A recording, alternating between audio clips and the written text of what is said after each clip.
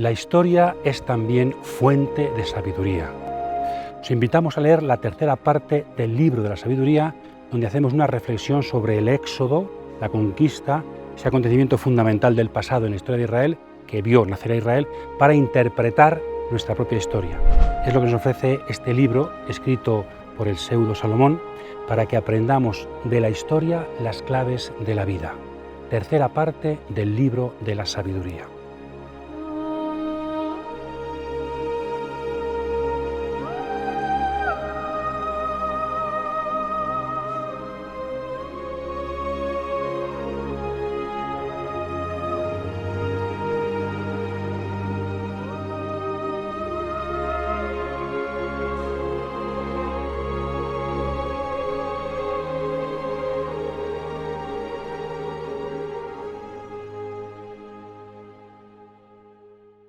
Comenzamos el tercer vídeo dedicado al libro de la sabiduría, que tiene 3 partes y eso vamos a dedicar cada uno de los vídeos a una de las partes de sabiduría. Recordad las 3 grandes secciones, ¿verdad? Primer vídeo, la primera parte, justos frente a impíos, la justicia es inmortal. La segunda parte, el encomio de la sabiduría, precioso, profundo. Y la tercera parte, Israel frente a Egipto y Canaán. Esta es la sección que en este vídeo os invitamos a trabajar, que es la más larga, que se corresponde completamente con la primera. A los justos se corresponde Israel, protegido por Dios. Dios protege a los justos y protege a Israel. De hecho, a Israel, en el capítulo 10, se le va a llamar a sus personajes todo justo, justo, justo. Los justos tienen concreción. No tanto nombre, porque no se dicen nombres, pero sí concreción. Y los impíos, en este caso, son pues Egipto y Canaán, porque hay una relectura del Éxodo en la que aparece la salida de Egipto y el castigo de los egipcios y la conquista de Canaán, después de pasar por el destierro, por el desierto, la conquista de Canaán y también el castigo de los cananeos. Entonces, Egipto en el comienzo del Éxodo, Canaán en el final del Éxodo, son los enemigos de Israel, los impíos, que son castigados, veremos que con moderación, por el Señor que salva a Israel, el pueblo santo, el pueblo justo. Aunque ya hemos dicho alguna palabra, en esta sección quizá lo más importante sea su género literario, tener en cuenta estas 3, sobre todo las 2 primeras, estas 3 cuestiones literarias y teológicas. Estos capítulos son un verdadero midrash. Si alguien quiere aprender lo que es un midrash, como sabéis, es la forma que tiene Israel de interpretar la Biblia. Nosotros llamaríamos exégesis. Buscar en la Biblia es una interpretación para, sobre todo, para profundizar en la voluntad de Dios y sobre todo eso tener qué hacer con nuestra vida, qué tenemos que hacer, obedecer al plan de Dios. No se busca sobre todo la Biblia para saber ideas, sino para buscar vida, para buscar leyes que configuren nuestra vida según la voluntad de Dios. Esto es el midrash, leer textos antiguos para intentar iluminar la situación presente. En este caso se leen textos antiguos sobre el Éxodo para iluminar la situación presente de los judíos en Alejandría y los judíos en cualquier parte del mundo también se podría ampliar. La sincresis, esto es más judío, ¿verdad? La sincresis es un típico más del mundo griego y es pues comparar cosas, ya hemos visto alguna, ¿no? O ir poniendo en paralelo una cuestión y la otra. El agua de la roca, el agua del Nilo, para poner en contraposición cómo Dios castiga, cómo Dios salva el pecado de los egipcios, la salvación de los judíos. Eso es la sincresis, poner en paralelo ciertas realidades o acontecimientos. Entonces aquí vamos a ver bien, sobre todo en la segunda parte, cómo distintos dípticos, donde con un mismo elemento, Dios, una sincresis perfecta, Dios salva a Israel con ese elemento y castiga a los enemigos de Israel. Luego ya hablamos en los capítulos anteriores, el estilo, un poco hermético, el no dar nombres. Aunque quizá con una crítica al estilo hermético no damos nombres, pero la sabiduría, decíamos, ¿verdad?, en el vídeo pasado, es algo abierto para todos. No es algo esotérico y cerrado, sino algo abierto a todos y que actúa en la historia, no solamente en la intimidad de la persona y del iniciado. No. Entonces, estilo hermético, vemos entonces que judío, griego, sabiduría es, hasta en las cuestiones literarias, es un gran intento precioso de diálogo entre religión tradicional judía y nueva cultura del mundo griego. Bien, esta sección que tratamos en este vídeo tendría sobre todo podríamos dividirla ampliamente hablando en 2 grandes secciones asimétricas, no son iguales. La primera es breve, que sirve más bien de introducción, y la segunda, ya entra en contenido, es más amplia. La primera también sirve de transición, en el capítulo 10, ¿no? De transición a la sección anterior. Bien, aquí tenemos un recorrido de la historia bíblica desde el primer hombre, Adán, hasta Moisés y el Éxodo. Precisamente para introducir luego la segunda parte, es una relectura del Éxodo.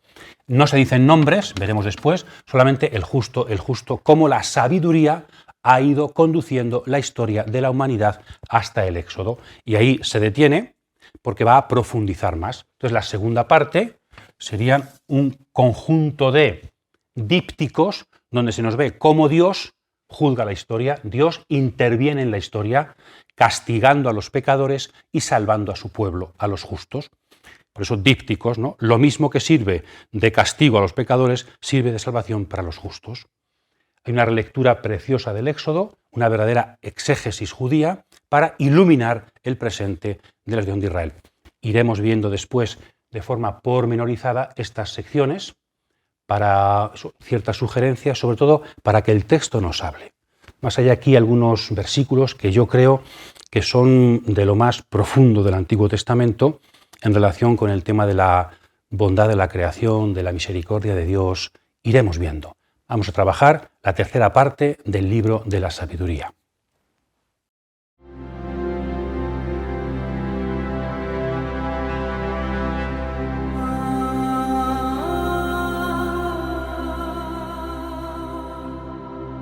Ella fue la que protegió al primer hombre, padre del mundo. Creado solo, lo rescató de su caída y le dio poder para dominar todas las cosas. De ella se apartó el criminal iracundo y pereció con su furor fratricida.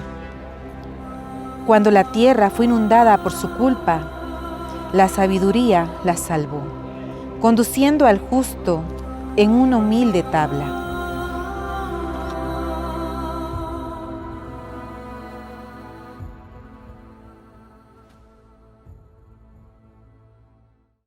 Trabajamos la primera parte, el capítulo 10, de 10.1 a 11.1, que es cómo se repasa la historia desde Adán a Moisés, el justo y la sabiduría. Esa simbiosis, ¿verdad?, que decíamos la semana pasada, el justo y la sabiduría, cómo la sabiduría conduce los caminos del justo. Se van repasando personajes, os invitamos a un ejercicio sin que las Biblias suelen poner en nota a pie de página a quién se refiere cada versículo, pero os invitamos a que lo leáis y adivinéis vosotros a qué personaje se refiere según lo que se dice, que es muy fácil de interpretar, ¿no? Para ver también, comprobar nuestros conocimientos bíblicos. Podríamos dividir, creo yo, este capítulo en 4 estrofas, en cada una de las cuales hay un conjunto de personajes. Primero, de Adán a Noé, versículos 1, 2, 3 y 4. Los comienzos de la historia de la humanidad. Génesis 1 al 11, ¿verdad? Bueno, pues se habla sobre todo de Adán, de Caín y de Noé. Adán, versículos 1 y 2, Caín, versículo 3, Noé, versículo 4. Adán, la sabiduría, cómo lo conduce en positivo. Caín, en negativo, cómo se apartó de la sabiduría. Este se apartó de la sabiduría y por eso le fue mal e incluso acabó muriendo. En la Biblia no se cuenta esto, pero seguramente se refiere a tradiciones judías que hablan de la muerte de Caín. Otros piensan que se refiere a la muerte espiritual de Caín, que quedó expulsado también y vagabundo por la tierra. Y Noé, en positivo, pone en relación el diluvio fue fruto, según el versículo 4, del pecado de Caín. También en la Biblia hay alguna relación esto, ¿verdad? El diluvio fruto del pecado de Caín y sus descendientes, diríamos. Y cómo la sabiduría salvó a la humanidad a través de un justo en una tabla, en un arca, el arca de Noé, ¿verdad? Entonces, lo positivo, lo negativo y lo positivo, cómo la sabiduría va conduciendo y quien se aparta de ella, veremos también otros ejemplos después, pues le va mal, ciertamente. En Adán se subraya que es el padre de todos, cosa que se aplicaba a Dios, ¿no? Es también creado solo, quizás referencias a la soledad cuando Dios habla, pero aquí no se menciona a Eva. En Génesis 2 dice, no es bueno que el hombre esté solo, crea a Eva, pero aquí Eva no se la menciona. También dice que lo rescató, quizá haga referencia de su pecado, haga referencia a alguna tradición judía que también habla de la conversión de Adán y Eva, que fueron rescatados. Bien, todo esto es una visión de sabiduría sobre el Génesis, pero también teniendo en cuenta toda la rica tradición interpretativa posterior de Israel. Entonces, desde el principio, antes de Israel, acordaos de la universalidad de la sabiduría, antes de Israel, la sabiduría ya conduce a los seres humanos, o si se apartan de ella, pues no nos va bien. Segunda estrofa, la generación de Abraham y su sobrino Lot, versículos 5 al 9. Le dedica más a Lot que a Abraham. Abraham, en el versículo 5, se subraya, yo creo que dos cositas principales, como la sabiduría acompañó a Abraham, le preservó del pecado de la humanidad. Hace referencia a Génesis 11, a Babel. Digamos que Abraham, en la Biblia, es fruto de Babel, pero para que Dios bendiga la maldición que llegó por Babel. Y después dice, a pesar del amor a su hijo, referencia a Génesis 22, la prueba de Abraham, como Abraham también entregó a Isaac por mandato de Dios, por obediencia, por fe, superó la prueba. Entonces, dos textos fundamentales debajo de lo que sabiduría dice de Abraham. Y después Lot, se subraya mucho a Lot, sobre todo en lo negativo, cómo preservó al justo, a Lot, pero de un conjunto de ciudades, Sodoma es la más famosa, la Pentápolis, a la que Dios castigó por su maldad, ¿no? Por su falta de hospitalidad, por su perversión sexual, por todo.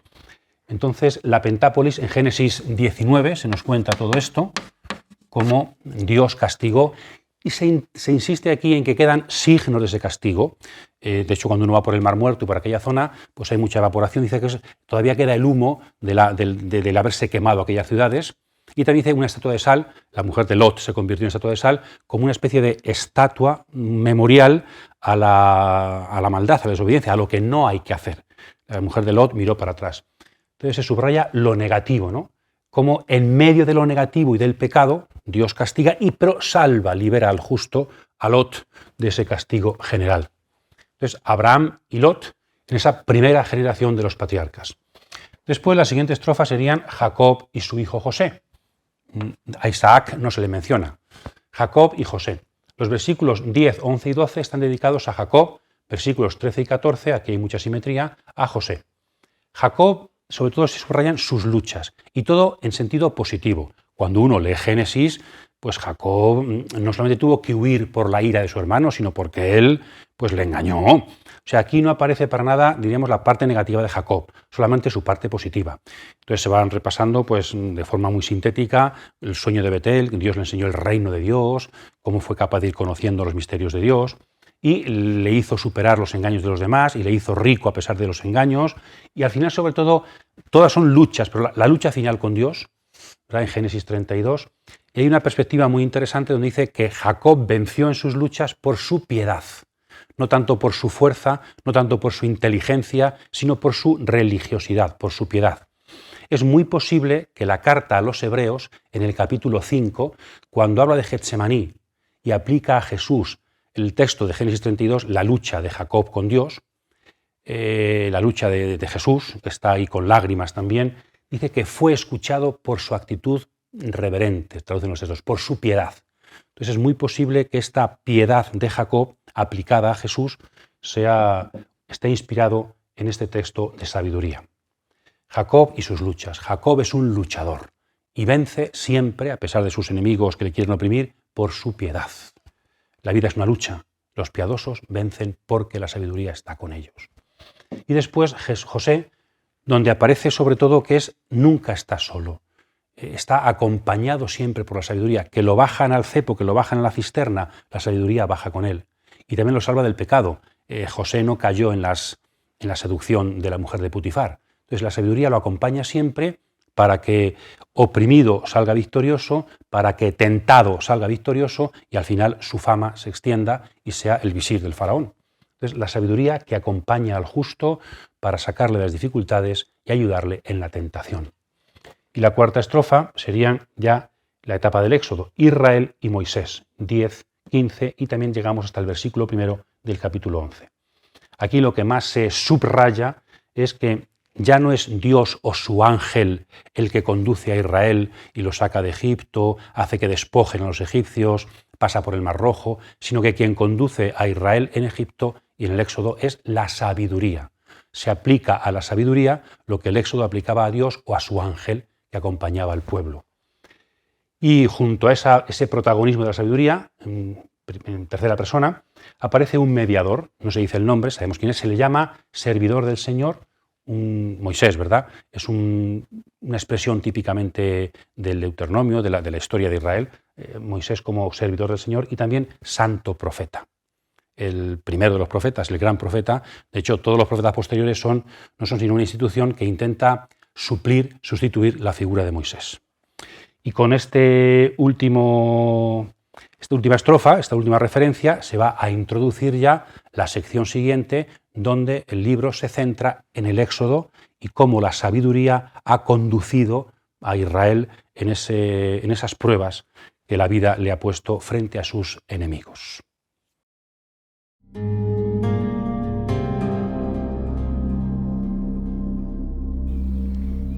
Ella llevó felizmente a término sus acciones por medio de un santo profeta. Atravesaron un desierto inhóspito y acamparon en parajes intransitables. Hicieron frente a sus enemigos y rechazaron a sus adversarios. Tuvieron sed y te invocaron. Bebieron agua de una roca escarpada. En la dura piedra remediaron su sed.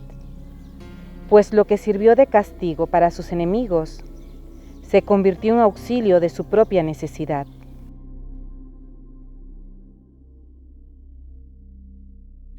Pasamos ahora a la segunda amplia, la gran sección de este vídeo, ¿no?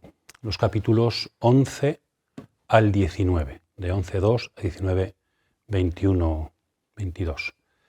El juicio de Dios sobre la historia. El versículo final sería la doxología, como veremos. Depende a qué autor le preguntemos, pues así hacen unos la división u otra. Me parece que esta es la división más sencilla y más que podemos hacer de esta sección para ayudarnos a la lectura y a la profundización del texto. Antes de los 7 dípticos propiamente dichos, tenemos una introducción que según la retórica antigua pues se suele llamar eso narratio y después la propositio o tesis. La narratio es un poco una especie de resumen del Éxodo, y luego la tesis, que no es tanto en este caso un tema, sino un principio. Lo que sirvió de castigo para unos, sirvió de auxilio para otros. Castigo para los injustos, auxilio para los justos, para Israel. Y este principio se desarrolla después en 7 dípticos. Y los tenemos aquí. Primer díptico con el tema del agua. El agua de la roca que dio de beber a Israel, positivo, frente a las aguas del Nilo, también, ¿verdad?, que fueron castigo para los egipcios. 11, 6 al 14. Después de este primer díptico veremos hay 2 digresiones. Se aparta un poquito del tema del autor de sabiduría, interrumpe los dípticos para hacer una profundísima meditación sobre 2 temas muy interesantes que después veremos, ¿no? Cómo Dios castiga de forma moderada y también cómo Dios rechaza, que tiene que ver con el pecado, Dios rechaza la idolatría. 2 digresiones que después veremos. Segundo díptico tiene que ver con los animales. Hay unas plagas en negativo sobre Egipto y en cambio las codornices que salvan a Israel, 16, 1 al 4. También tiene que ver con los animales, mordedura de serpientes, que los israelitas son salvados de ellas, y en cambio la plaga de los insectos frente a los egipcios. ¿Veis? Los mismos elementos sirven de castigo o de salvación, como habíamos dicho, dependiendo de si son Israel o los egipcios, si son justos o injustos. Dios interviene con los mismos elementos, es la ambivalencia de los elementos, que Dios interviene con ellos dependiendo para castigar o para salvar. Después, cosas que vienen del cielo, ¿no? Hay unas plagas de elementos atmosféricos frente al don del cielo, que Dios da con el maná, con capítulo 16, 15 al 29. Después, con el tema de la luz, la plaga de las tinieblas, en negativo, y la columna de nube y de luz, que es la columna luminosa que va guiando a Israel por el desierto. Después también los primogénitos, la plaga de la muerte de los primogénitos y cómo Israel, en cambio, en esa noche de Pascua, es liberado. 18, 5 al 25. Y después, quizá el más sencillo de ver la ambivalencia en el mismo texto es el paso del Mar Rojo, que sirvió de muerte para los egipcios y de liberación para Israel. Después de estos 7 dípticos tenemos unas reflexiones finales, 19, 20 al 21, del autor, y luego el versículo 22 sería una especie de doxología final que sirve de conclusión a todo el libro de la sabiduría. Vamos a ir viendo esta introducción con el díptico primero, después veremos las dos digresiones y después veremos un poquito también, de forma más sencilla, más rápida, estos últimos dípticos, para eso, que veamos cómo Dios está moviendo la historia para que los justos sean liberados y los injustos pues sean castigados para que se conviertan y para que el justo vea que merece la pena ser justos.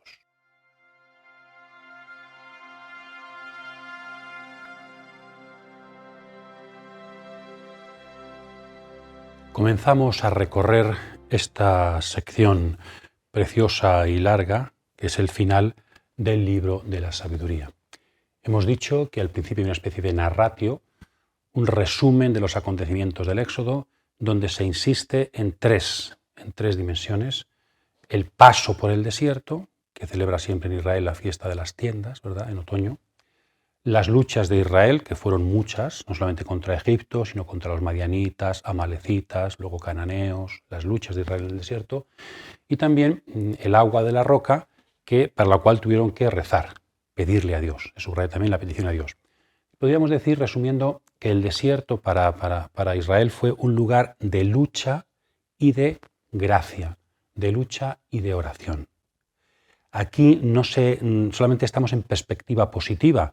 Leyendo el Éxodo sabemos que el pueblo también murmuró, se quejó, pecó, tentó a Dios. Pero la sabiduría solamente se fija en la perspectiva positiva, la perspectiva divina y positiva de la marcha por el desierto. Es el desierto como lugar de trabajo y de gracia, de dificultad sostenida por la oración, de relación con Dios y luchas humanas. Una perspectiva importante. Eso entonces se nos dice como resumen de todo el Éxodo. Y ahí, ya la hemos dicho, la tesis de toda esta sección, el principio general: con lo mismo que Dios castiga a los impíos, salva a los justos. Esta tesis, podéis repasarlo, va a ser el leitmotiv de toda la sección y por eso se repite en varios textos después, más adelante, ¿no?, en la misma sección. También pertenece a otros textos de la Biblia, la ley del talión también, ¿no? Un poco, acordaos del libro de Esther, como la horca que había preparado uno para, eso es negativo, la ley del talión, había preparado Amán para Mardoqueo, al final muere él en la horca. Entonces, bueno, en la Biblia aparece mucho este principio, también Sirácida, podéis leer ese texto, y en el Salmo 18, muy bonito, la roca, la ambivalencia de la roca, utilizado también por San Pedro en el Nuevo Testamento y por Jesús mismo en Marcos 12, por ejemplo. La piedra que los arquitectos desecharon se ha convertido en piedra angular. La misma roca tiene una ambivalencia preciosa. Bueno, pues aquí tenemos un poco ese mismo principio aplicado a muchos acontecimientos de la historia de Israel. Vamos con el primer díptico, 11, 6 al 14, que tiene que ver con el agua y por tanto con la sed. La perspectiva, hemos dicho que la ambivalencia es doble: castigo y salvación, pero se tienen en cuenta tres acontecimientos narrados en el Éxodo.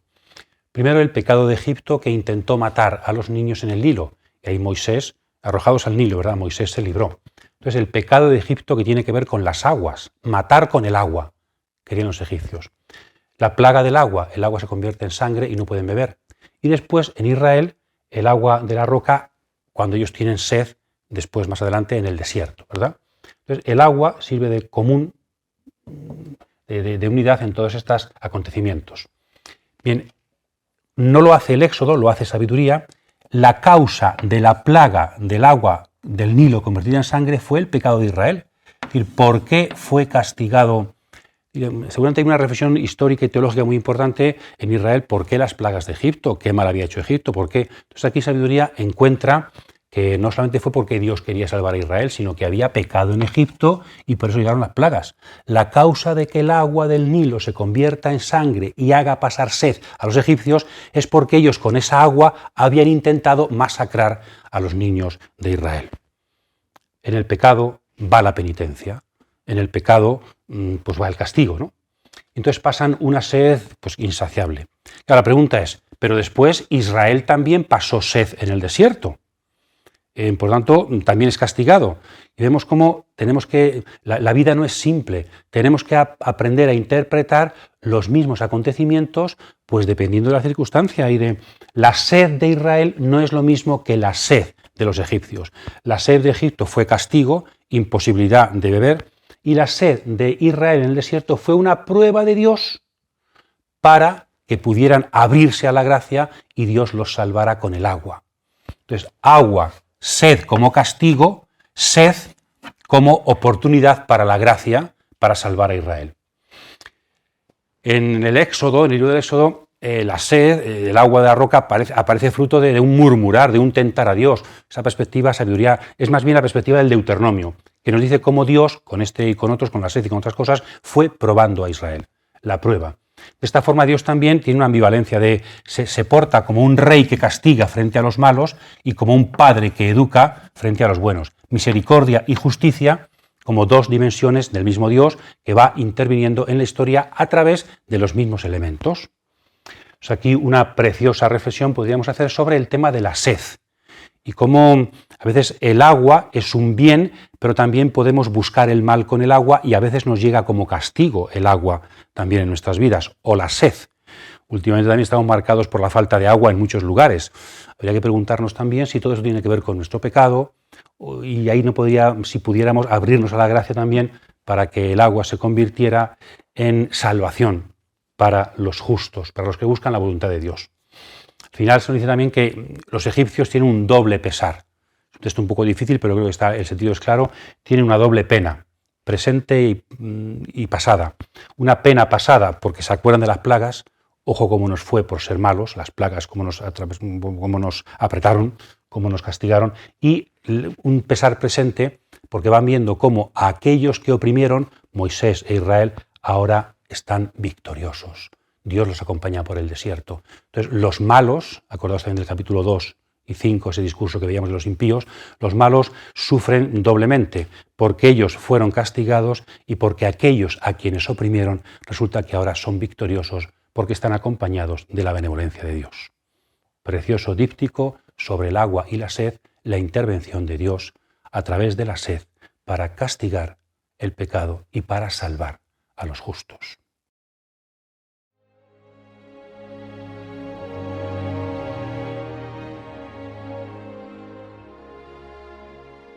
Pasamos ahora a las dos digresiones porque el autor interrumpe los dípticos para mostrarnos dos temas. Esto es típico también de la retórica antigua, introducir temas que tienen que ver con el fondo, pero interrumpiendo el hilo conductor de la reflexión. Dos digresiones, ¿no? La primera, tenéis ahí, moderación de Dios omnipotente con Egipto y con Canaán. Se está hablando del castigo de Dios, como Dios castiga a Egipto y después se verá cómo castiga a Canaán. Aquí interrumpe, a ver, pero ¿cómo este Dios, por qué castiga a Dios y cómo castiga? ¿Castiga de forma fulminante o de forma moderada? Y si castiga moderadamente, ¿por qué es? ¿Porque no es poderoso? No. Dios castiga de forma moderada, siendo poderoso, porque busca nuestro arrepentimiento. Una reflexión muy, muy interesante a la hora de hablar de cómo Dios castiga a Egipto, a los injustos, y salva a Israel. Ese castigo hay que matizarlo. Muy bien. Se dividía en tres secciones, ¿verdad? Moderación de Dios con Egipto, 11.15 a 12.2. Después, moderación de Dios con Canaán. Y después, una doble conclusión. Capítulo 12, versículos 19-22, primera conclusión, y segunda conclusión, 23 al 27. Entonces, un tema muy bonito, con reflexiones, veremos, muy hermosas, sobre el castigo no es lo absoluto, sino que incluso en el castigo hay misericordia, incluso en el castigo hay moderación. El castigo de Dios es también fruto de su misericordia. Y después una crítica a la religión de los paganos. Capítulos 13, 14 y 15. Uno de los textos clave en el Antiguo Testamento, hay otros, veremos, de esta crítica de la idolatría, crítica de los ídolos. Y tiene también tres secciones. Aquí la simetría, que le gusta mucho a nuestro autor, aparece clara, ¿no? Primera, se critica el culto a los elementos naturales. Después se critica la idolatría, el culto a las imágenes, a los ídolos. Y luego la zoolatría, el culto a los animales. Es decir, dentro de la religión de los paganos existe un increscendo en negatividad, en necedad. Y por eso a los primeros, a los que dan culto a las estrellas, a los astros, les llama que son vanos. A los segundos les llama desgraciados y a los últimos les llama los más vanos de todos, los más necios de todos. Hay un increscendo, diríamos, en una negatividad de ese culto Hay más culpa en la tercera parte que en la primera. Hay también una jerarquía en la idolatría. Bien, pues vamos ahora a ir viendo un poquito todas estas secciones para intentar ayudarnos a la lectura de los textos que puedan iluminar nuestro presente.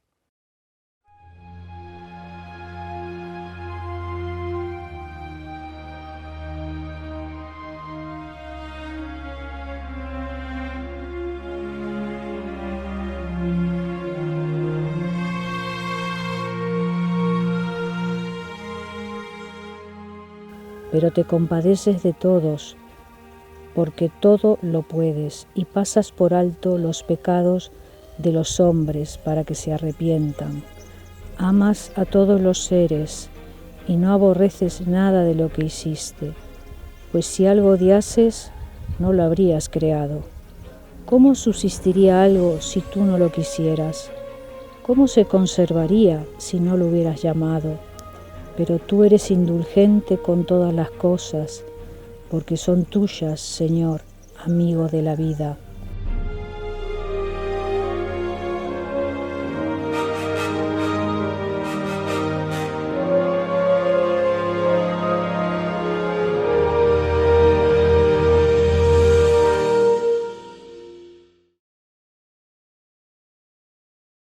Moderación de Dios al castigar. Y aquí dos pequeñas perícopas que sirven de inclusión a toda la sección, ¿verdad?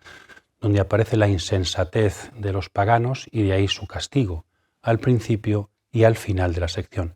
También esta perícopa, que hace referencia al principio para hacer una inclusión, también abre la segunda digresión sobre la idolatría.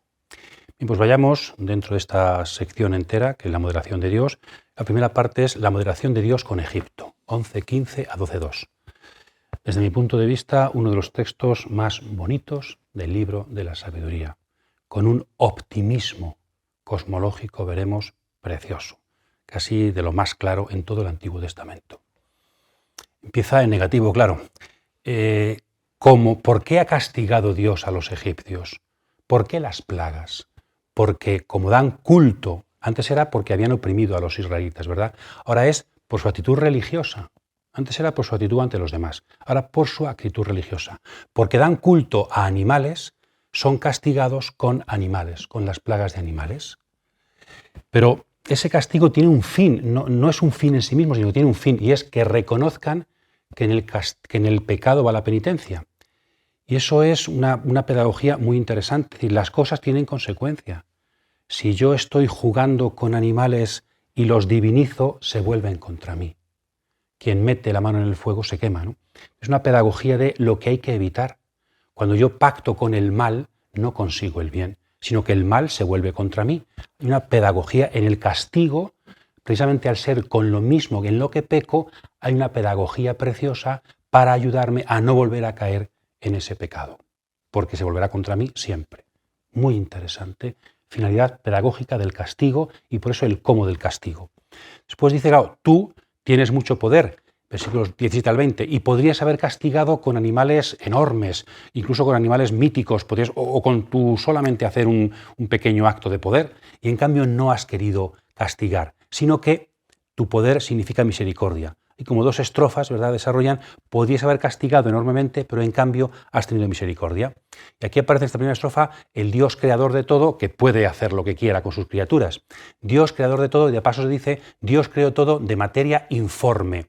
Esto es lenguaje neoplatónico, que parece dar por supuesta la eternidad de la materia, como Dios no crea la materia, sino que Dios haría de la materia, pues eso le daría forma, ¿no?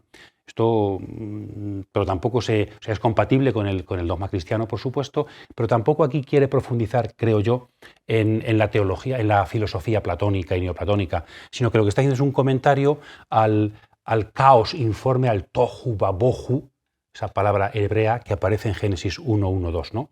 Entonces todo era un caos informe y Dios ahí. Entonces, con lenguaje neoplatónico, sabiduría hace referencia al inicio de la creación.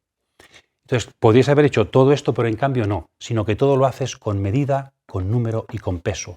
Una trilogía que también aparece en el mundo griego, ¿no? Es decir, el Dios de la creación, el Dios de la providencia, pues todo lo hace en su justa medida, no se pasa, sino que va haciendo todo con moderación, la moderación.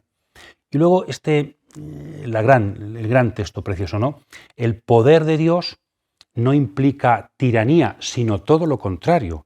Los tiranos son personas que tienen poco poder.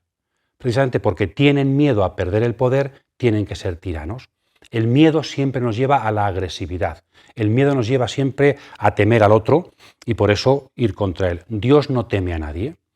Por eso cuando Dios no castiga del todo, no es por falta de poder, todo lo contrario, es tan poderoso que no castiga como merecemos, que dicen los salmos, ¿no? No me trates como merecen nuestros pecados. Una persona sin poder, con menos poder, seguramente nos trataría peor.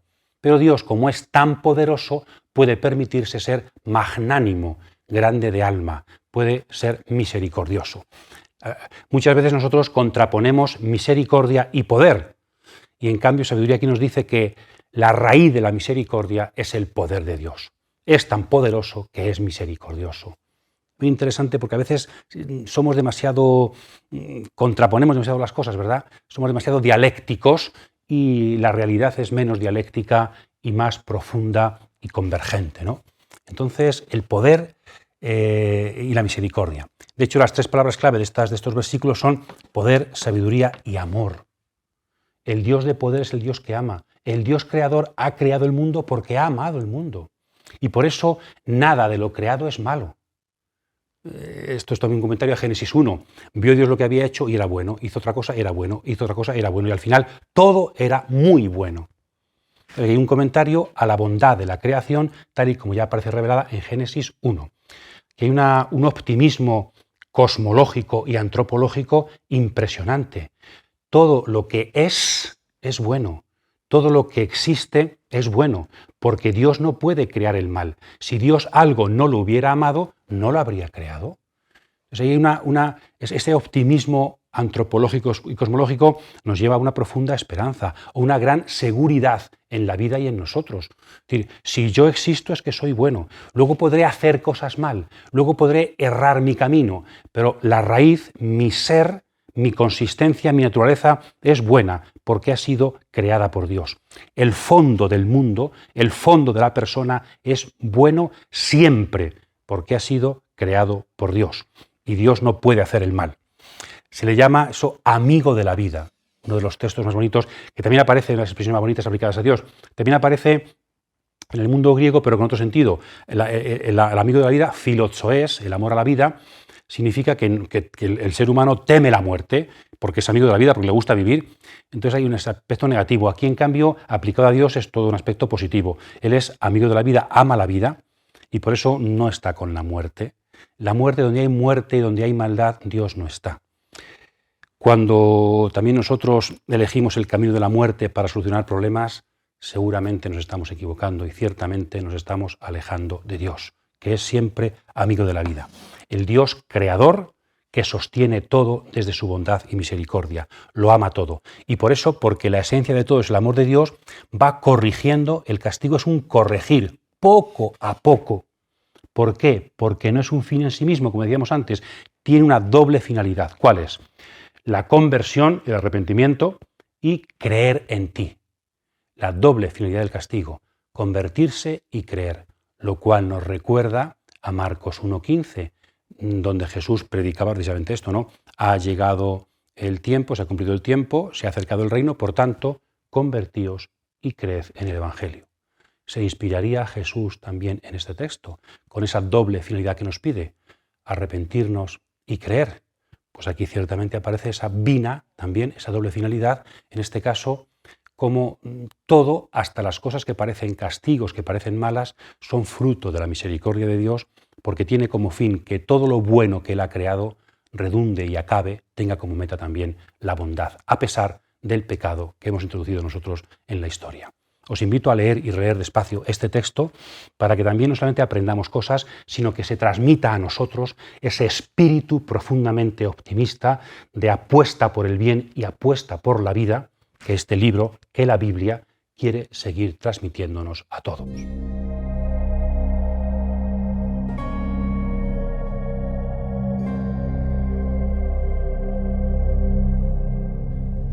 Continuamos en la primera digresión y ahora pasamos a la moderación de Dios a la hora de castigar a Canaán. Dejamos a Egipto y vamos a Canaán, a los cananeos. Hay una doble pregunta que intenta responder en dos secciones. Y es primero, el que Dios castigara a Egipto está bien, es justificado por sus pecados y porque oprimieron a Israel. Entonces Dios castigó a Egipto porque no dejaba salir a Israel de Egipto. Y entonces castigó a los egipcios para salvar a su pueblo Israel. Pero ¿por qué castigó a Canaán? Porque el éxodo no solamente es un salvar a Israel frente a Egipto, sino conquistar la tierra prometida expulsando a los cananeos. ¿Por qué castigó Dios a los cananeos? Y aquí tenemos la respuesta a esa pregunta. Porque, como ya decía también Deuteronomio 18, son personas con un culto idolátrico y unas prácticas abominables. La conquista de Israel de la tierra de Canaán es vista como castigo de Dios a los cananeos. Perspectiva nueva y diferente.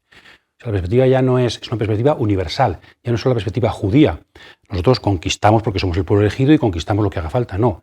Sino que vuestra conquista es fruto, es parte de la providencia de Dios sobre la historia que quiere castigar a este pueblo. Entonces, la conquista de Israel vista en perspectiva universal, el gobierno del Dios creador sobre los pueblos. Por eso, esas prácticas abominables por las que fueron castigados, dice también Deuteronomio, no debéis imitarlas vosotros, porque os puede pasar lo que a ellos. Si vosotros imitáis a los cananeos, también podéis ser expulsados de la tierra santa que el Señor os ha concedido. Expresión, por tanto, muy interesante, muy del Antiguo Testamento, tierra santa, tierra consagrada, tierra de Dios, para que un pueblo justo la habite. Entonces, reflexión muy interesante sobre por qué Dios mete a Israel en Canaán y expulsa a los cananeos por las prácticas abominables de este pueblo. No eran inocentes, sino que eran también un ejemplo de injusticia, tanto religiosamente hablando, por su idolatría, como en el mundo de los demás. Incluso mataban niños, tenían banquetes donde comían personas, ahí también se exagera quizá un poco, pero la perversión de los cananeos es la causa de la conquista. La conquista es un castigo de Dios a los cananeos. Pero, segunda pregunta, nos dicen los textos bíblicos que Israel, lo sabemos por historia, no conquistó de una vez por todas. Aunque Josué, el libro de Josué, parece dar esa impresión, después el libro de los jueces y otros textos, como Éxodo y Deuteronomio, nos dicen que Israel no conquistó de una vez por siempre Canaán, sino que se la conquistó poco a poco. ¿Por qué? Aquí se dan unas razones, pues porque no quería que se quedara la tierra deshabitada, porque para que sí Israel se iniciara en la práctica de la guerra, de la lucha, pero aquí no. Aquí, ¿por qué no conquistó Israel del todo a Canaán? Pues otra vez por lo mismo, por la moderación de Dios. Dios podía haber castigado, como antes a los egipcios, de una vez para siempre, podría haber aniquilado a Canaán, pero no quiso, sino que Israel conquistó poco a poco Canaán porque Dios, aunque castigaba a Canaán, lo hacía con moderación. Castigo por sus maldades, pero con moderación, para poder abrirse el arrepentimiento. Otra idea nueva y preciosa de la conquista paulatina de Canaán. La conquista paulatina es fruto de la misericordia, del castigo moderado de Dios hacia los pecadores. Quiere que haya un arrepentimiento, pero es verdad que son incorregibles. Claro, cuando sabiduría se escribe, Canaán no existe para nada. No existe casi ya ni en el país de Israel, ¿no? Esto ha quedado reducido a un trocito del Imperio Romano.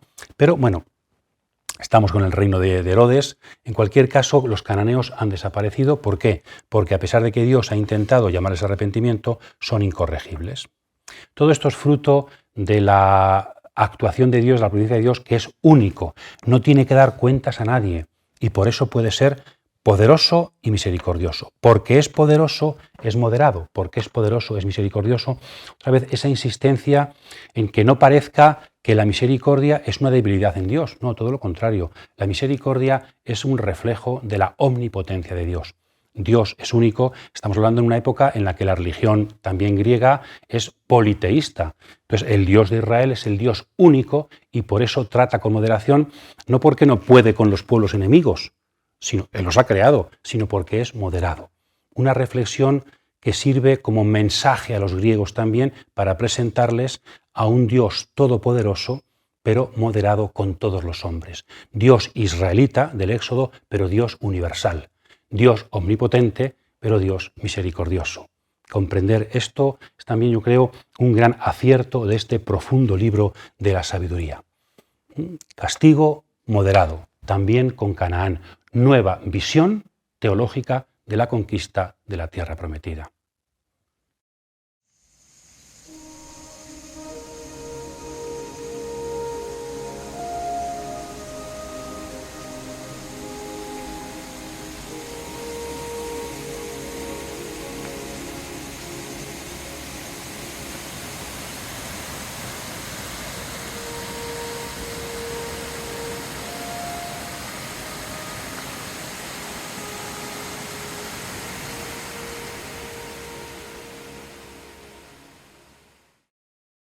Doble conclusión de esta moderación de Dios al castigar a Egipto y a Canaán.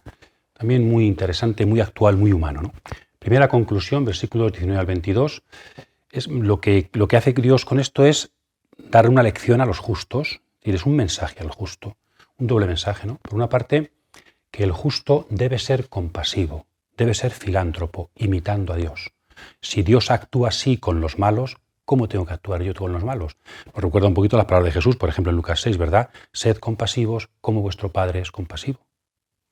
Otros textos como Dios hace salir el sol sobre buenos y malos. También vosotros tenéis que ser misericordiosos con los demás. Una perspectiva muy del Nuevo Testamento.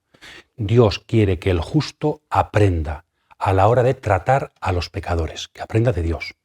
Y después, si el justo peca, si a él le toca también ser, bueno, pues que sepa que Dios castiga moderadamente, es decir, que tenga esperanza. Entonces, cuando juzgamos a los demás, cuando vemos a los malos, que seamos compasivos. Y cuando caemos en el mal nosotros, que tengamos esperanza en la misericordia. Bondad para con los demás, esperanza en la misericordia de Dios. Conclusiones preciosas a la hora de ver el pecado de los demás y ver el pecado propio. Compasión, misericordia. Y segunda conclusión, en el fondo sería lo que diríamos en castellano, escarmentar en cabeza ajena. Has visto lo que le ha pasado a los egipcios por su maldad, has visto lo que le ha pasado a los cananeos por su maldad, no hagas lo mismo, no caigas en la idolatría, no caigas en esas prácticas abominables con Dios y con los demás, porque todo tiene consecuencias. Una sociedad, aunque parece que le va muy bien con sus prácticas idolátricas y sus prácticas de matar niños al final acabará pagándolo. También eso tiene muchísima actualidad. Cuidado con caer en la idolatría y en las prácticas de estos pueblos, porque al final nos irá mal, seguro, seremos castigados. Y también cómo tenemos que aprender en los castigos menores, tanto los cananeos, los egipcios, como nosotros, los israelitas, tenemos que aprender de los castigos menores a convertirnos antes de que lleguen los castigos mayores. Muy interesante esto, ¿verdad? Dios no quiere castigar de una vez para siempre para dar oportunidad al arrepentimiento. Entonces te castigo un poquito para no castigarte del todo, como quizá merecieras, porque doy pie al arrepentimiento. Y Jeremías, también muy bonito en esta misma perspectiva, nos decía, tenéis que aceptar, habéis sido un pueblo malvado, por lo tanto, tenéis que aceptar que Nabucodonosor sea vuestro soberano, abrir las puertas, rendíos a Nabucodonosor, porque si no Dios va a destruir la ciudad. Aceptad un castigo pequeño, súbditos de Nabucodonosor, para no caer en el pecado grande, en el castigo grande, que sería la destrucción de Jerusalén. Israel no hizo caso a Jeremías, no sirvió de mucho, no aceptó el castigo pequeño, ser súbditos de Nabucodonosor, y entonces recibieron el castigo grande, que fue la destrucción de Jerusalén el año 587 a.C. Esa perspectiva también se sitúa aquí sabiduría, ¿no? Aprended en los castigos pequeños a convertiros para que no llegue a vosotros el castigo mayor de la destrucción. Cómo todo tiene su fin, en la perspectiva educativa siempre de la historia. Una perspectiva muy sapiencial que el libro de la sabiduría sabe transmitirnos para que lo apliquemos también a nuestras circunstancias.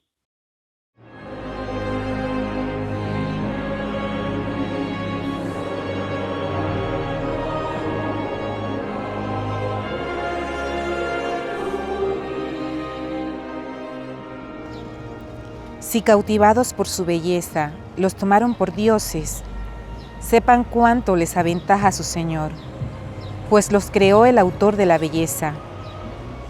Y si admiraron su poder y energía, deduzcan de ahí cuánto más poderoso es quien los hizo, pues por la grandeza y hermosura de las criaturas, se descubre por analogía a su creador.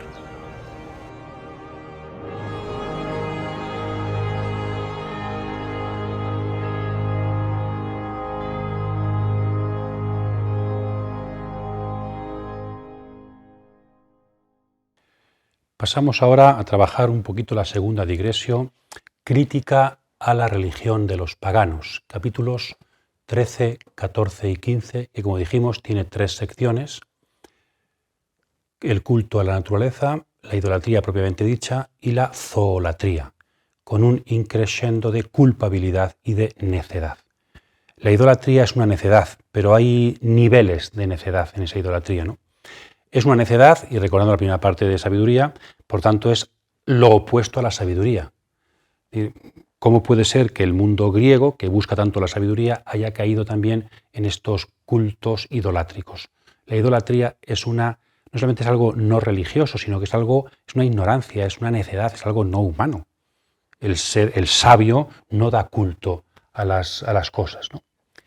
Entonces, pues eso, como se pretende casarse con la sabiduría, se pretende sembrar sabiduría, pues superar la idolatría es superar la necedad y por tanto ir creciendo en sabiduría.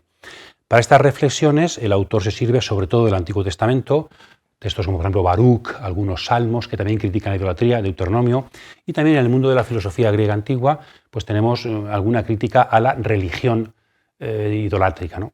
Y Benedicto XVI, para descanse, el Papa decía es interesante cómo la religión cristiana después no dialogó con la religión griega, sino con la filosofía griega, que ya tenía un origen pues que estaba purificando mucho la idea de Dios, ¿no?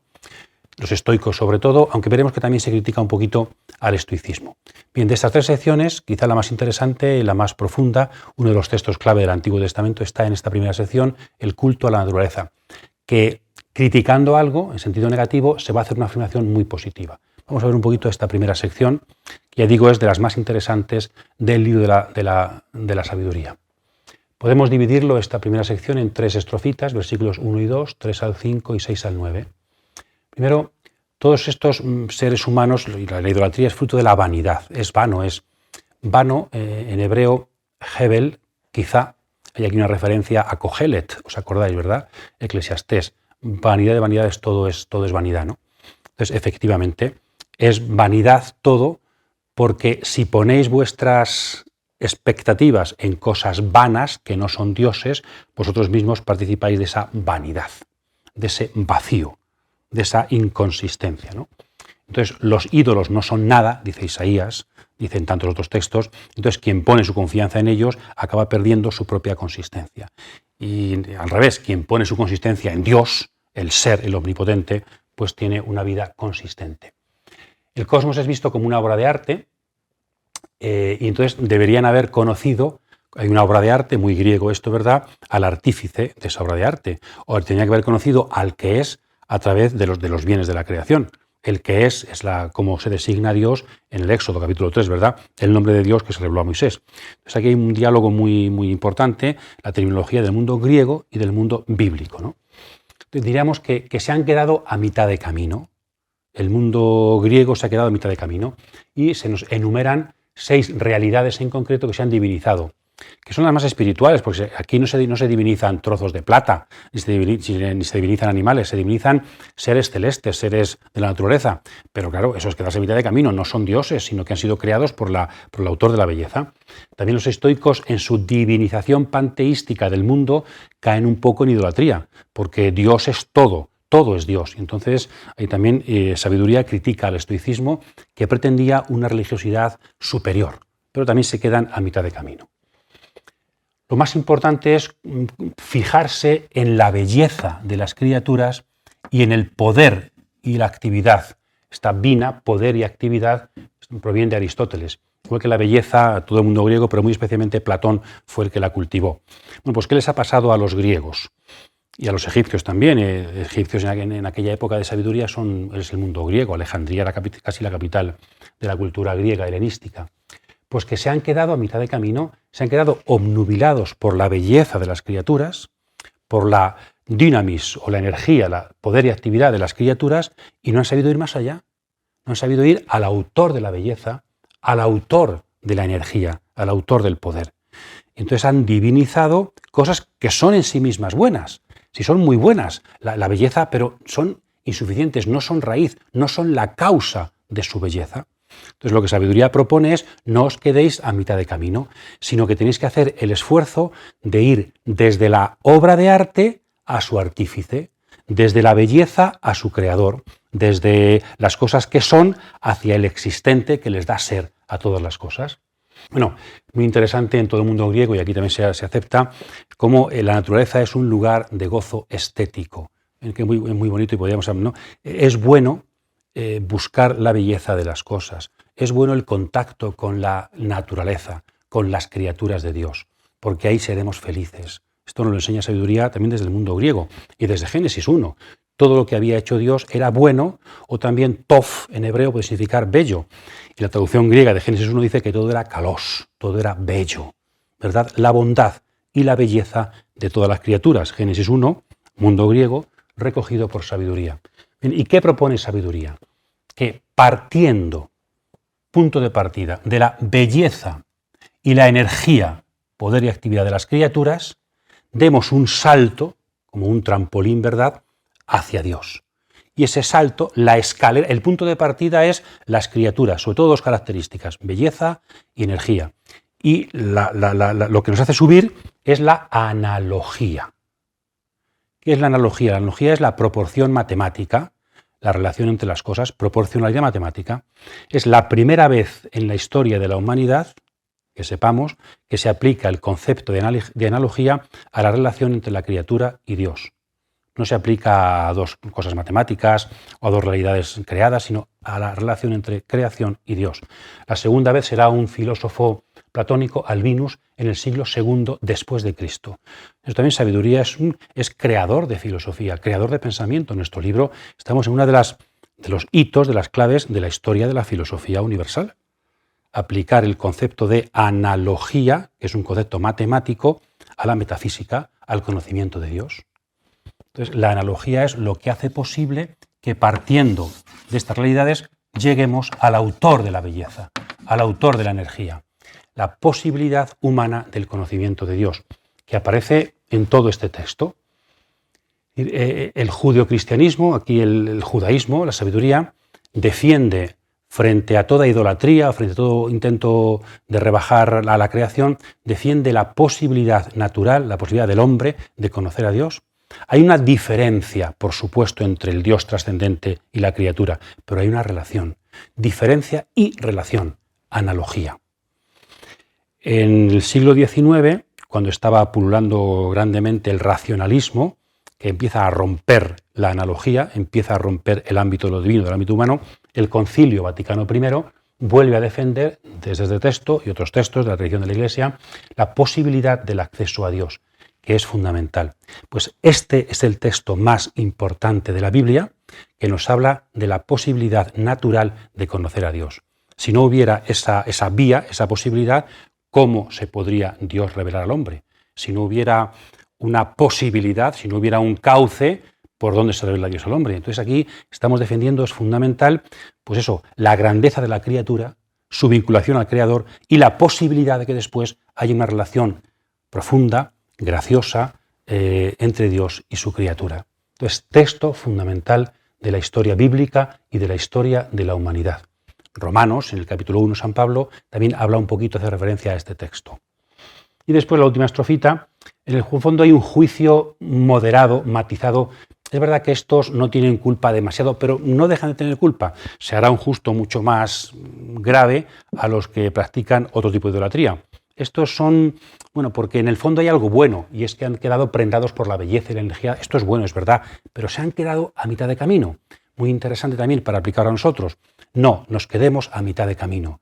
Veamos en el regalo la mano de Dios. No nos quedemos con las cosas buenas que Dios nos da, sino que veamos más allá, la capacidad de trascender también en el ámbito humano. No ver solamente la cosa, sino ver la cosa como traída por la mano de alguien. La mano brota de una persona, de una libertad, de un amor que nos trae el regalo. Pues eso es la vida y eso es la filosofía y eso es ser capaces de ver, de trascender, de ver en el regalo la mano amiga, de ver en el beso el corazón que ama, de ver en las criaturas al Dios que está buscando esa comunión con el hombre porque nos creó personas a su imagen y semejanza para que disfrutemos de la belleza como un regalo del Creador a su criatura.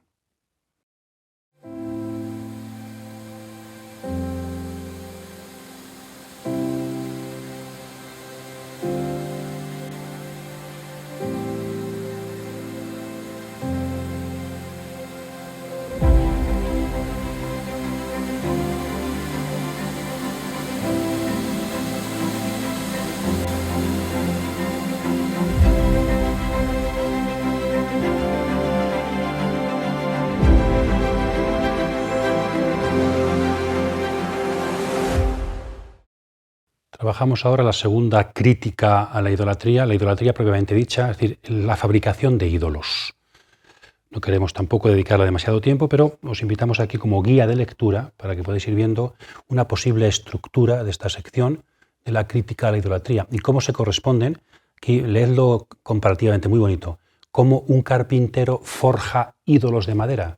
Hace cosas con maderas, hace cosas útiles con la madera y con lo que sobra hace un ídolo y luego le reza. El sinsentido de la idolatría. Y al final, en correspondencia A y A', tenemos lo mismo con el alfarero, que toma arcilla y hace lo mismo, ídolos de arcilla.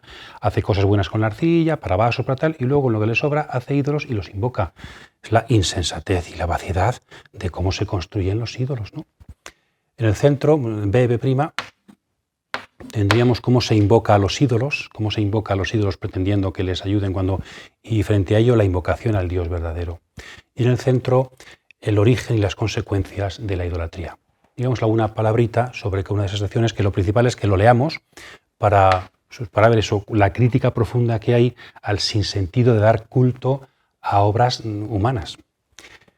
En el principio, sobre todo, se habla de eso, de cómo todo es una manufactura, ha sido hecho por la mano. Entonces, ¿cómo puede ser que una persona rece a algo que ha fabricado ella misma? Que a un trozo de madera se le rece. Pues ahí está el sinsentido de la idolatría.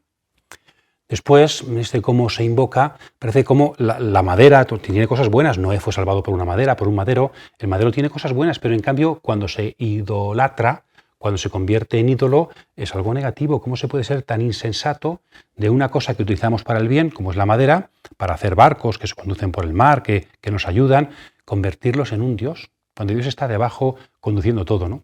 El sinsentido, la vaciedad, la falta de inteligencia que late como origen de la idolatría.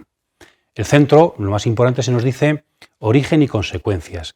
Lo de origen significa la idolatría no forma parte de la creación, sino que ha entrado en el mundo, tiene su origen, y ha entrado en el mundo por la vanidad de los hombres.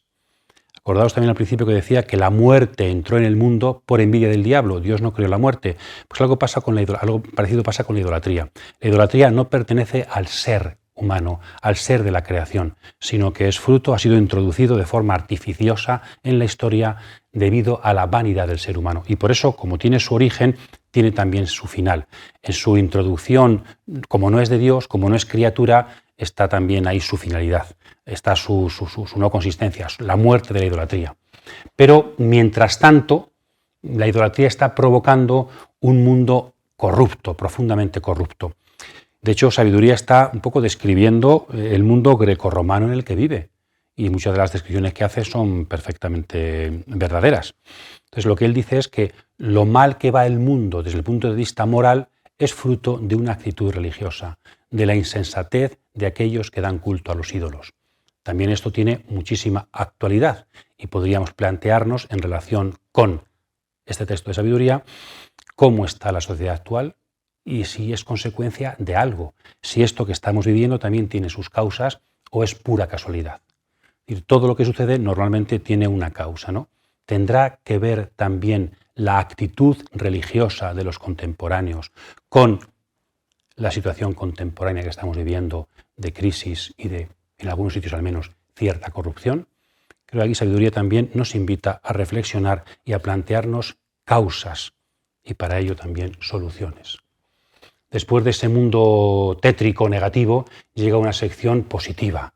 Después de la tempestad, el desastre, todo va fatal, llega la calma y es una oración dirigida a Dios, ¿no? Y somos tuyos y por tanto, como somos tuyos, como te pertenecemos, no caeremos en la tentación de la belleza del arte.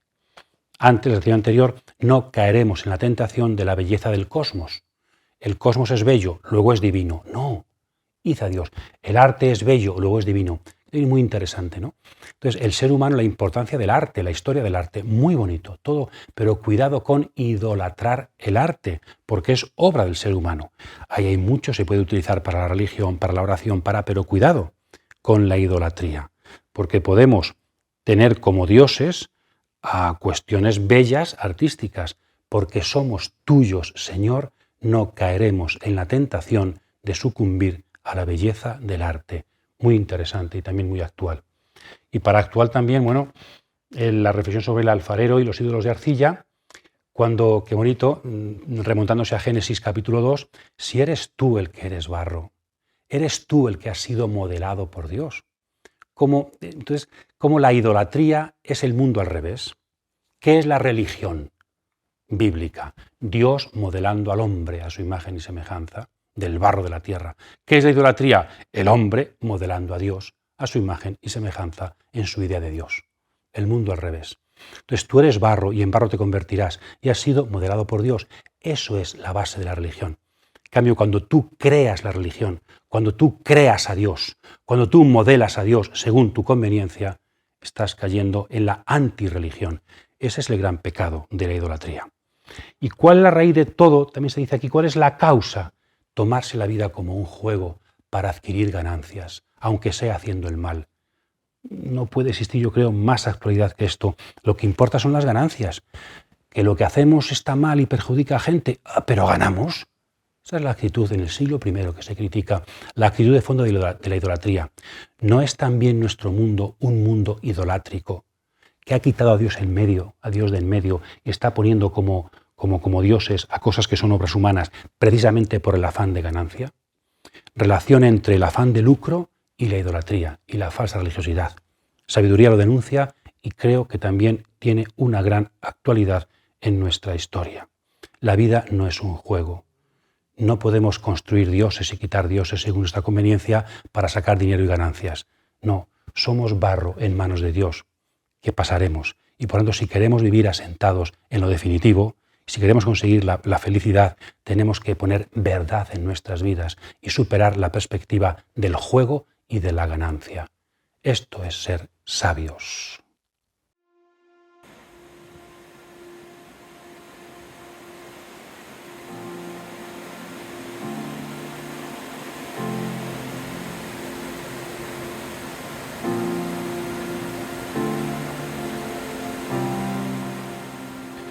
Queda una última sección, mucho más breve, la crítica y la peor de todas, ¿no?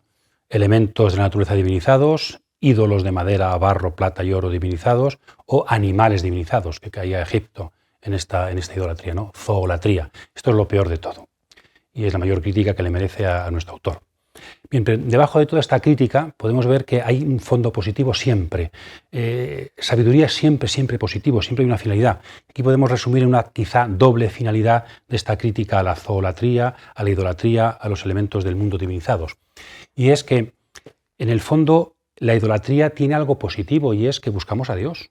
Los buscadores de Dios, dirían, ¿verdad? Diríamos alguna expresión moderna, los buscadores de Dios.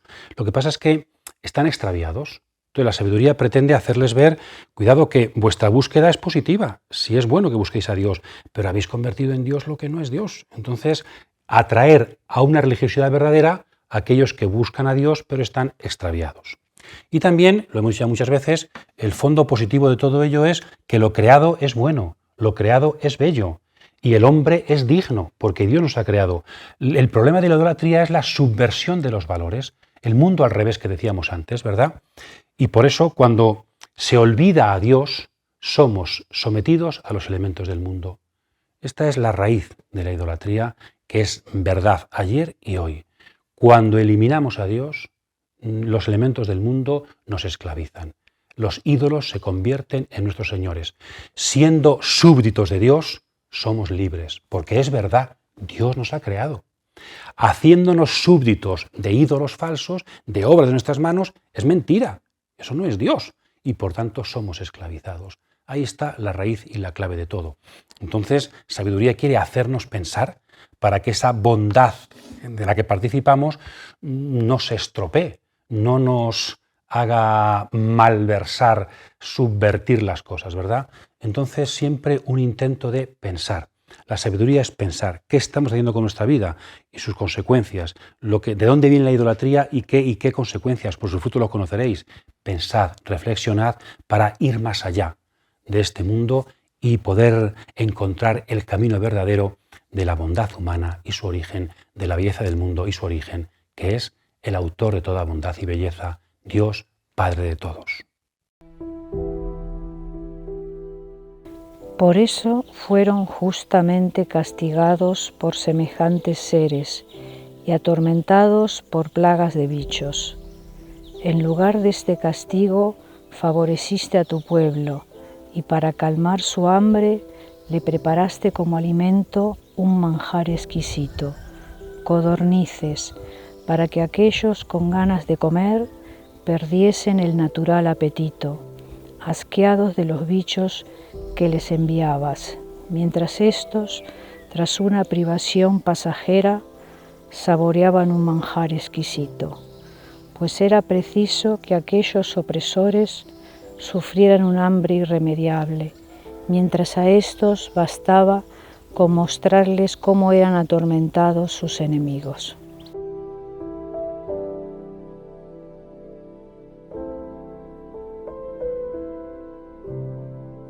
Después de trabajar estas interesantes digresiones profundas, continúan las antítesis que os invitamos a repasar con algunos pequeños comentarios, porque ya sigue siendo lo mismo, ¿no? Como Dios salva y castiga con los mismos elementos pues a los impíos o a los justos, a su pueblo, ¿no? Y cómo Dios utiliza la creación para llevar a cabo la historia. Y Dios va actuando pues con la providencia que le es típica, siempre con una finalidad. Bien, segunda antítesis, los animales, que fue plaga para los egipcios y en cambio salvación de codornices para Israel.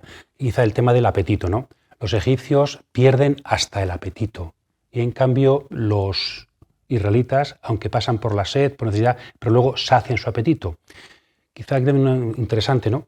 Ya no solamente es problema el no saciar el apetito, sino hasta perder el apetito por culpa de nuestra insensatez y nuestro pecado. Interesante.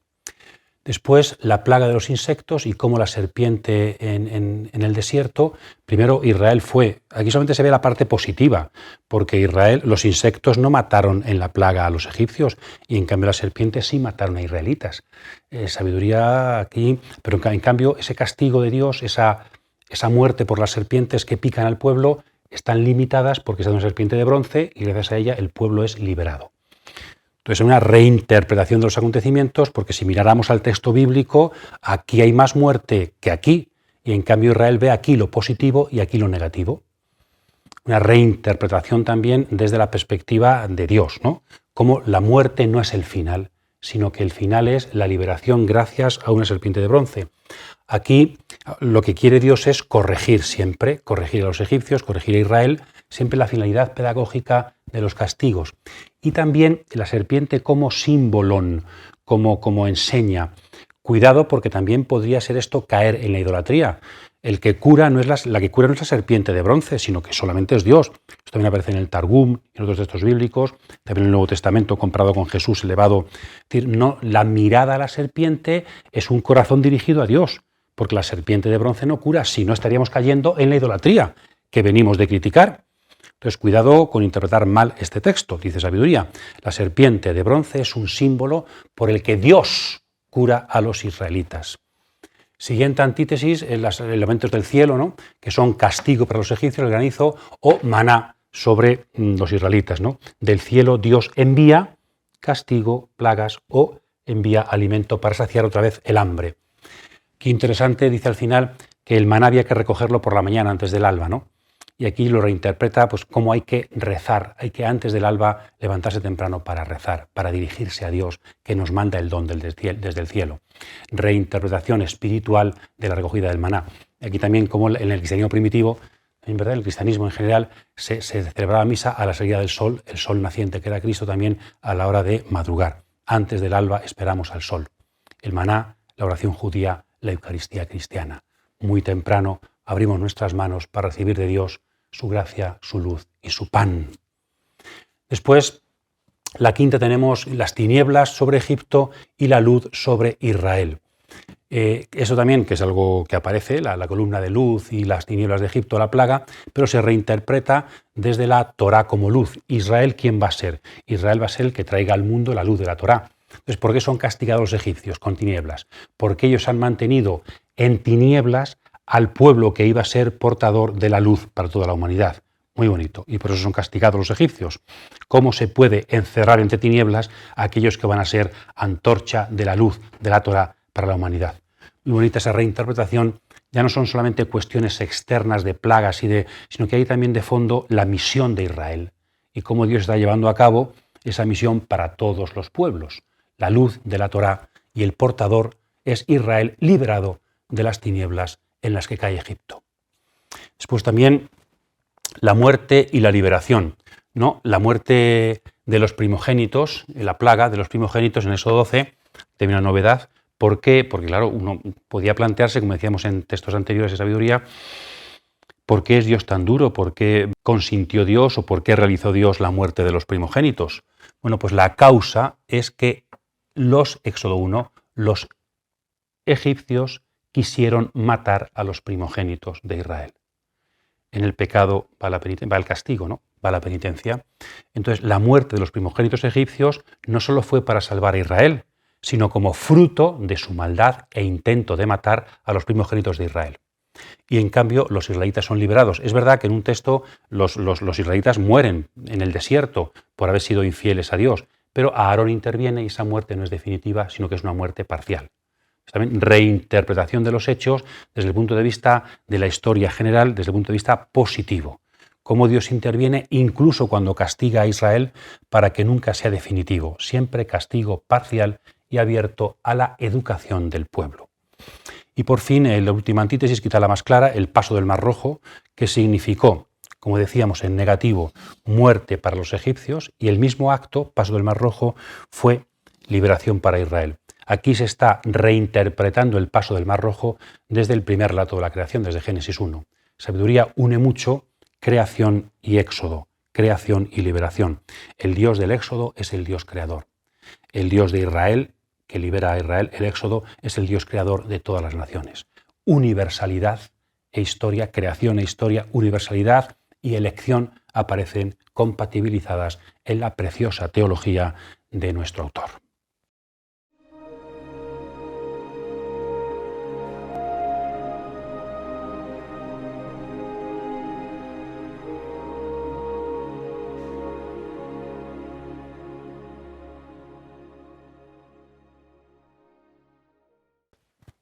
Después de los dípticos nos quedan ya los versículos finales, reflexiones finales del autor y un versículo de conclusión o doxología final.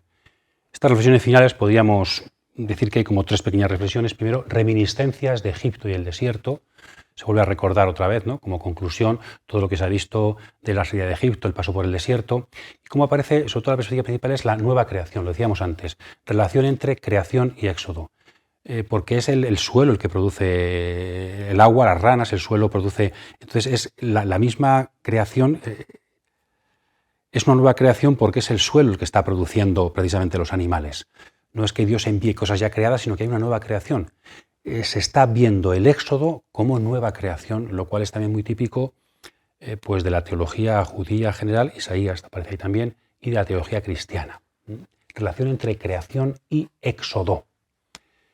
Después, en la segunda reflexión sobre Egipto y Sodoma, el pecado de Egipto se compara con el pecado de la gran ciudad por antonomasia. En Isaías 1 también se compara a Jerusalén, en este caso no a Egipto, a Jerusalén con Sodoma.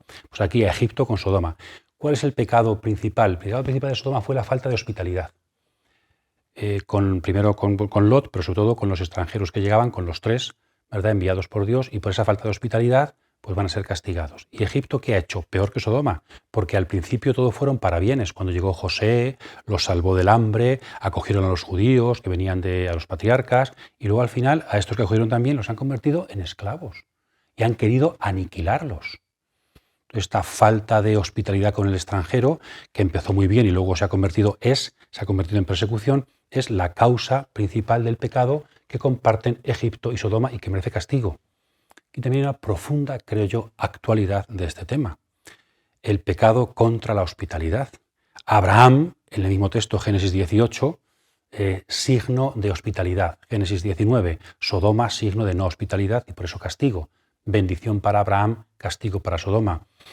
¿Cómo está también nuestra sociedad y nuestras iglesias de acogida, de amor al diferente, de hospitalidad?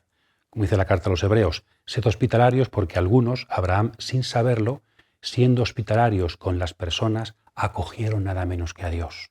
Mateo 25, cuando recibís a uno de estos mis pobres hermanos, me estáis recibiendo a mí. La importancia de la hospitalidad, el grave pecado con sus consecuencias de la falta de hospitalidad. Y luego, metamorfosis de la creación, cómo Dios va haciendo que las cosas de la creación tengan pues distintos significados, la ambivalencia que decíamos antes, ¿verdad?, que pueden ser para bien o para mal. Y se compara, muy en la línea de Pitágoras, la historia de la salvación casi común con la música, ¿no?, con un arpa. Esto quizá no es fácil de entender, no sabemos si lo entendemos bien, pero en la música griega había distintas modalidades. Entonces, una misma nota depende en la modalidad de la melodía, así funciona de una forma o de otra. Nosotros hablamos más de tonos, ¿no? En un tono, pues una nota significa distinto a otro tono. Entonces, lo igual pasa, ¿no? Las notas son los seres creados. Entonces, con esas notas Dios crea una gran sinfonía con armonía histórica. Entonces, va colocando cada nota en distintos lugares para que se produzca esa preciosa belleza armónica de toda una obra de arte. Diríamos que las notas serían las criaturas, el Dios creador, y la armonía, la gran sinfonía armónica sería la historia de la salvación. Dios como un gran músico, no solamente como alfarero artífice que decíamos antes, sino como un gran músico que ha creado unas notas y está componiendo con esas notas, variando esas notas, utilizando esas notas diversas, componiendo una gran obra de arte, una gran música, una gran sinfonía, que es la historia de la salvación. Preciosa imagen para terminar con el libro de la sabiduría, muy griega y también muy actual, ¿verdad? Y junto a la imagen del arpa, al final, una referencia al maná. El maná es llamado aquí una ambrosía de inmortalidad. La ambrosía era el manjar de los dioses. Antes, en 1620, se le llamó manjar de ángeles y pan del cielo. Ambrosía de inmortalidad. El maná, que simboliza la sabiduría, simboliza también la Torá, lo que Dios nos da, sabiduría, Torá. ¿Qué significa ambrosía? Pues que gracias a comer sabiduría, gracias a comer maná, gracias a recibir la Torá, podemos recibir la inmortalidad, el gran tema del libro de la sabiduría. Al final queda un alimento que nos da la vida, más allá de la muerte, la vida eterna. Recordemos, Sirácida, Proverbios, cómo también la sabiduría era simbolizada, preparaba su propio banquete, su propia casa. Pues también quizá el libro de la sabiduría, en tono muy sapiencial, termina con una referencia a la comida, porque la sabiduría es alimento que nos fortalece y que nos da no solamente fuerzas para el día a día, sino que es un alimento de eternidad. ¿Cómo no pensar aquí, en el capítulo 6 de San Juan, y en la perspectiva cristiana de la Eucaristía? Quien come mi carne y bebe mi sangre, tiene vida eterna, y yo le resucitaré el último día, alimento de inmortalidad. Vuestros padres comieron el maná y murieron. Quien coma de este pan vivirá para siempre. La sabiduría nos invita a comer todo esto. Jesucristo, la nueva sabiduría, nos invita también a comer su propio pan para que podamos recibir el alimento definitivo de la inmortalidad. Al final, el último versículo, más que una doxología a Dios, es un acto de fe, de confianza en Dios.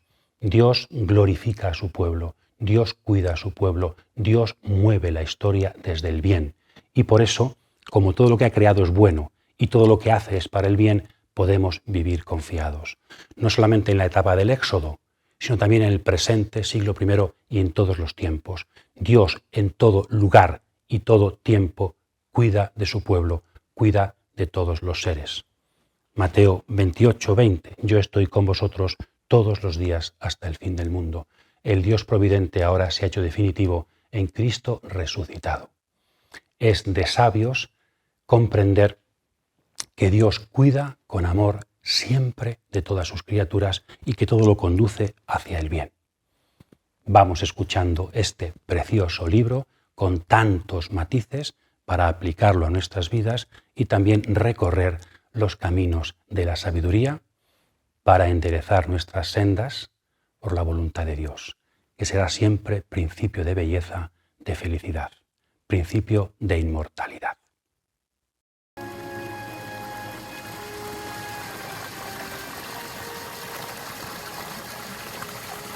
Hemos recorrido los vericuetos de la historia de la humanidad, primero de forma breve y después quedándonos en Moisés de una forma más tranquila. Sabiduría lee el pasado para iluminar su presente y nosotros, viendo ese diálogo precioso bíblico, lo leemos para iluminar también nuestro propio presente. Hay muchas cosas que nos llaman la atención, pero especialmente la capacidad de la palabra para iluminar todas las dimensiones de la vida, para iluminar la historia. También ahora estamos viendo una historia que no siempre es fácil, pero que tenemos que saber afrontar desde las claves de la intervención de Dios en el mundo, que siempre elige a su pueblo, bendice a todos y está dispuesto a que todos encontremos los caminos de la sabiduría para hallar la felicidad. La lectura de este libro os invitamos a no dejar de renovarla. Sabiduría como libro pleno del Antiguo Testamento, donde convergen tantos y tantos caminos de la fe bíblica. Feliz trabajo, feliz lectura, feliz búsqueda de la sabiduría a todos.